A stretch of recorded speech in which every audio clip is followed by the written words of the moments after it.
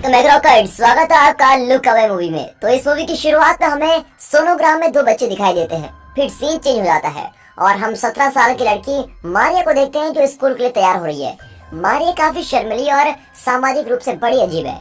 मारिया की पर्सनैलिटी की वजह से उसका क्लासमेट मार्क उसका बहुत ही मजाक उड़ाता है।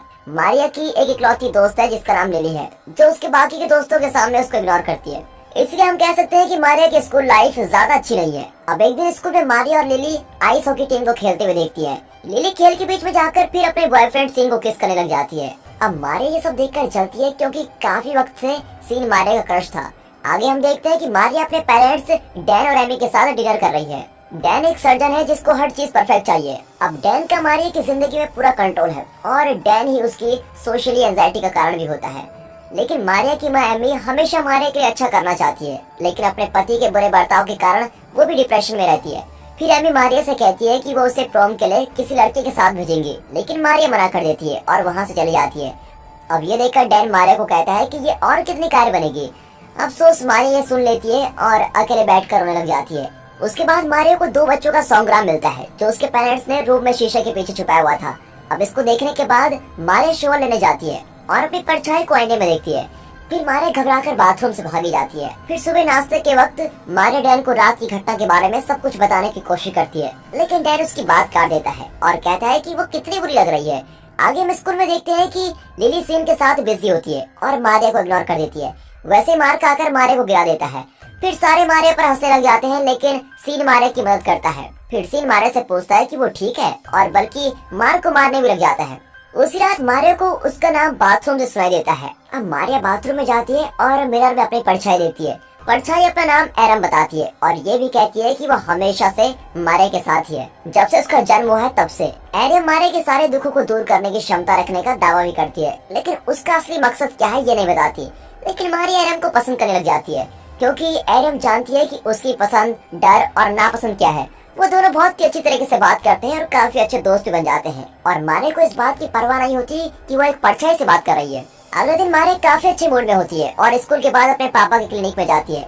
मारिया देखती है कि उसके पापा एक पेशेंट के साथ ज्यादा मिलनसार होने की कोशिश करते हैं, लेकिन मारिया इसके बारे में ज्यादा नहीं सोचती और अपने पापा के साथ मूवी देखने चली जाती है। बाद में जब वो वापस आ रहे होते हैं तो मारिया मार्क से टकरा जाती है, जो डैन के सामने अच्छे बनने का नाटक करता है और मार्क्स के फ्रेंड ये देखकर बार बार हंसने लग जाते हैं। अब डैन को पता लग जाता है कि वो मारिया का मजाक उड़ा रहा है, लेकिन वो चुपचाप वहाँ से चला जाता है। आगे हम देखते हैं कि घर वापस जाते वक्त डैन मारिया को उसके बर्थडे प्रेजेंट के लिए कल क्लिनिक में आने के लिए कहता है। अब रात को मारिया एरम से बात करती है, लेकिन एरम उसको डैन के साथ अपना रिश्ता सुधारने की मंजूरी नहीं देती। वो मारिया पर हंसती भी है क्योंकि मारिया को लगता है कि डैन उसकी फिक्र करता है, और दूसरी तरफ मारिया को लगता है कि उसके पापा उसको कार देने वाले हैं ताकि उसको बस में पुलिस के साथ सफर न करना पड़े। हालांकि मारिया की उम्मीद टूट जाती है जब मारिया को पता चलता है कि उसका बर्थडे गिफ्ट रिनोप्लास्टी है।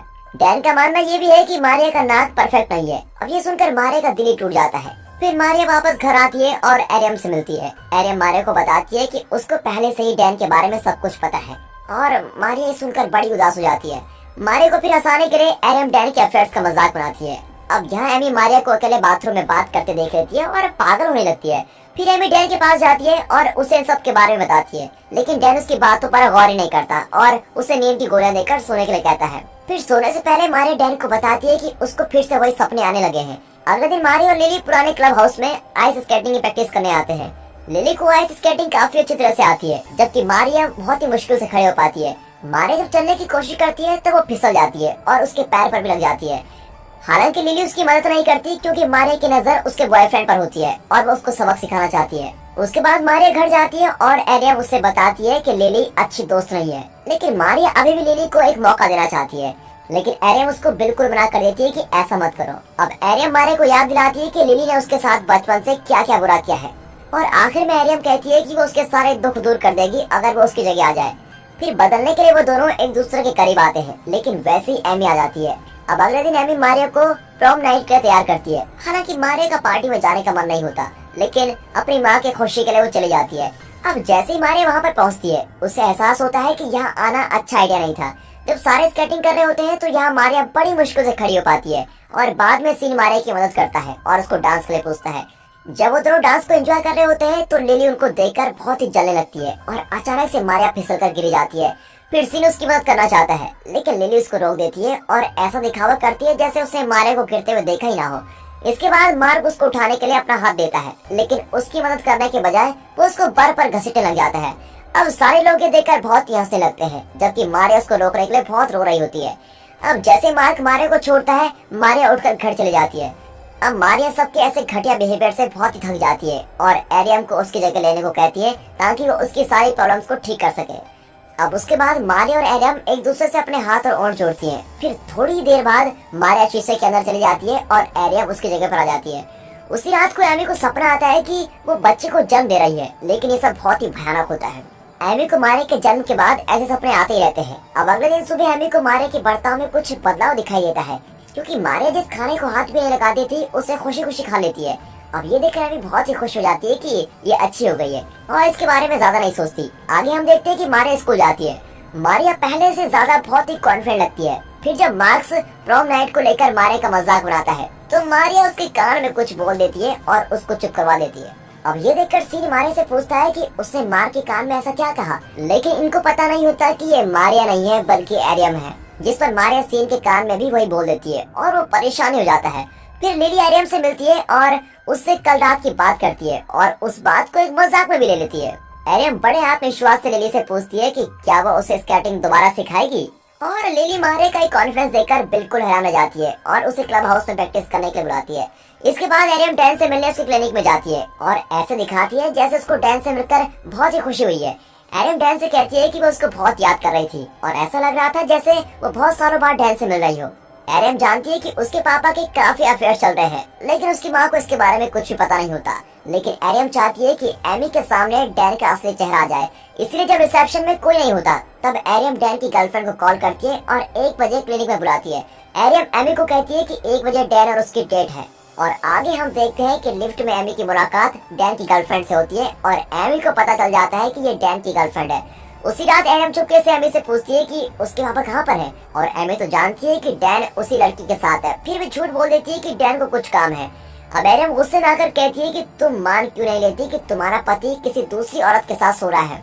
फिर एमी गुस्से में एरियम को थप्पड़ मार देती है, लेकिन उसी वक्त माफी भी मांग लेती है। अब थप्पड़ खाने के बाद भी एरियम को खुशी होती है कि उसका प्लान कामयाब हो गया है। हालांकि मारिया खुश नहीं होती कि एरियम ने उसकी माँ से ऐसे बात की। इस पर एरियम कहती है कि उसने वही किया जो मारिया में करने की हिम्मत नहीं है। फिर एरियम उसको कहती है कि तुम मुझ पर भरोसा रखो, लेकिन मारिया को शक होता है कि एरियम को बाहर निकालने का फैसला अच्छा नहीं था। अब अगले दिन स्कूल में जब सारे बाहर जाते हैं तो एरियम मार्क के शोहर रूम में इंतजार करती है।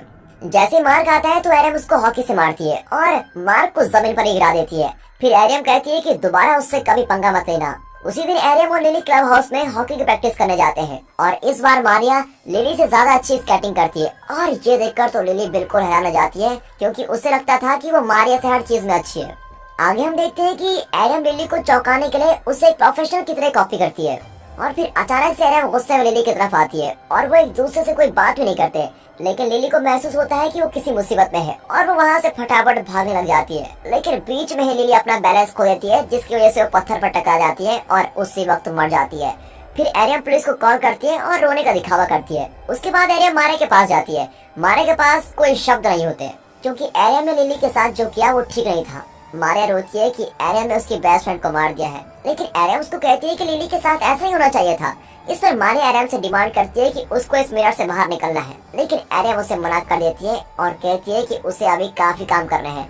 उसके बाद एरियम लिली की मौत का अफसोस करने सीन के घर में जाती है, लेकिन असलियत में वो सीन के करीब जाना चाहती है जो हमेशा से मारिया का सपना था। एरियम सीन से बहुत ही इंटीमेट होने की कोशिश करती है। पहले तो सीन कुछ नहीं करता, लेकिन बाद में दोनों प्यार करना शुरू कर देते हैं। उसके बाद हम देखते हैं कि एरियम और डैन डिनर के लिए आते हैं। वहाँ पर एरियम ने केक को ऑर्डर करती है और डैन को चिढ़ाने के लिए उसको बड़े गंदे तरीके से खाती है। जब डैन उसको रोकने की कोशिश करता है तब वो अपने पैर कुर्सी पर रख देती है। फिर डैन एरियम को कठोरता से कहता है कि वो एक ठीक बच्ची की तरह कर रही है। अब इसी दौरान एरियम सीन को डेट करना शुरू कर देती है। उसके बाद वो दोनों क्लास बंक करके एरियम के घर पर जाते हैं, जहाँ एमी उनके रिश्ते से खुश नहीं होती है। इस पर एरियम एमी को सोने के लिए कहती है और सीन को अपने कमरे में ले जाकर प्यार करती है। अगले दिन जब वो दोनों स्कूल जाते हैं तो एरियम पुलिस को स्कूल के अंदर आते हुए देखती है। एरियम सीन को फिर से क्लास बंक करने के लिए कहती है ताकि पुलिस उससे कोई पूछताछ न कर सके। फिर वो दोनों होटल में जाते हैं और अपने कपड़े उतारने लगते हैं। वैसे ही सीन को उसकी माँ की कॉल आती है और वो कहती है कि पुलिस उसे और मारिया से लिली की मौत के बारे में पूछताछ करना चाहती है। अब सीन जल्द से जल्द यहाँ से निकलना चाहता है, लेकिन एरियम उसको मना कर देती है। एरियम सीन से पूछती है कि उसे अभी भी लिली की फिक्र क्यों है, जबकि वो मर चुकी है। एरियम के ये सब कहने से सीन को विश्वास हो जाता है कि लिली की मौत में एरियम का कुछ हाथ जरूर है। और जब सीन एरियम को जाने के लिए बुलाता है, एरियम उसको शराब की बोतल से मारकर उसकी जान ले लेती है। आगे हम देखते हैं कि मारिया और एरियम दोनों बाथरूम में बैठ के रो रही होती है। हम फ्लैशबैक में देखते हैं कि मारिया की एक जुड़वा बहन भी है, जो जन्म से ही बड़ी अजीब दिखती थी। डैन को दूसरी लड़की पसंद नहीं थी, इसलिए डैन ने उसे एमी की इच्छा के बिना उसको मार दिया था। एरियम डैन की दूसरी बेटी है, जो अभी तक इस बात को भुला नहीं पाई कि वह अपने पापा के लिए काफी नहीं थी।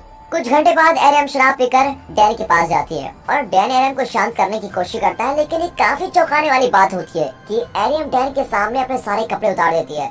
फिर डैन उसको जल्दी से कपड़े पहनने के लिए कहता है, लेकिन वो नहीं मानती। एरियम डैन से पूछती है कि क्या अजीब होने पर भी वो उसको प्यार करेगा, और डैन इस सवाल से बचना चाहता है, लेकिन बार बार पूछने पर वो कहता है कि वो कैसे भी हो वो उसको प्यार करेगा। एरियम पूरी तरह से हैरान हो जाती है और उसका गला काट देती है। और फिर जब डैन अपनी आखिरी सांस ले रहा होता है, तो एरियम उससे पूछती है कि वो उसको प्यार क्यों नहीं करता था। उसके बाद वो मिरर में मारिया को ढूंढती है, लेकिन वहाँ पर नहीं होती। उसके बाद वो घर में वापस आती है और एमी के पास बैठकर रोने लगती है। और आखिर में हम देखते हैं कि दोनों मारिया और एरियम एमी के साथ लेटी होती हैं और ऐसा लगता है कि दोनों बहनें एक ही शरीर में आ गई हैं। और दोस्तों यहाँ पर ये मूवी खत्म होती है।